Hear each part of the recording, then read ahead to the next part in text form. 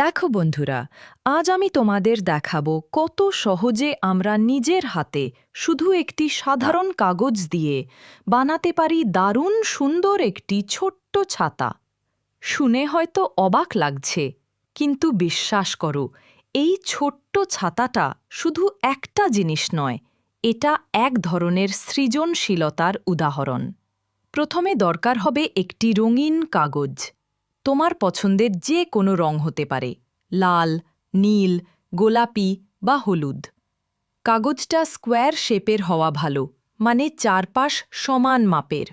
এখন কাগজটা নাও, একবার মাঝখান দিয়ে ভাঁজ করো, তারপর উল্টো দিক দিয়ে একবার ভাঁজ করো। এতে কাগজে চারদিকের দাগ তৈরি হবে। এখন ভাঁজগুলো খুলে নাও, দেখবে মাঝখানে একটা ছোট্ট ক্রসের মতো দাগ পড়ে গেছে। এই দাগটাই তোমার ছাতার গাইডলাইন। এবার কাগজের এক কোণটা নিয়ে মাঝের দাগ